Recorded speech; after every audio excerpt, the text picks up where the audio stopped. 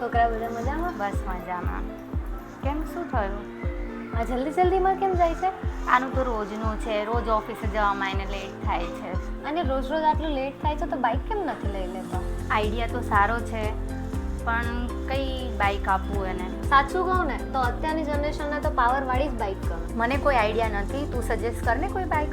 ચાલ હું તને બતાવું. ચાલ.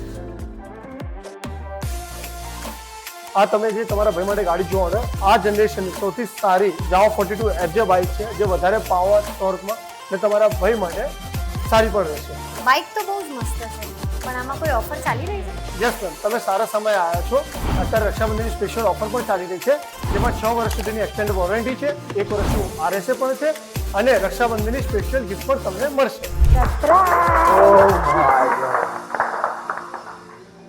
Thank you.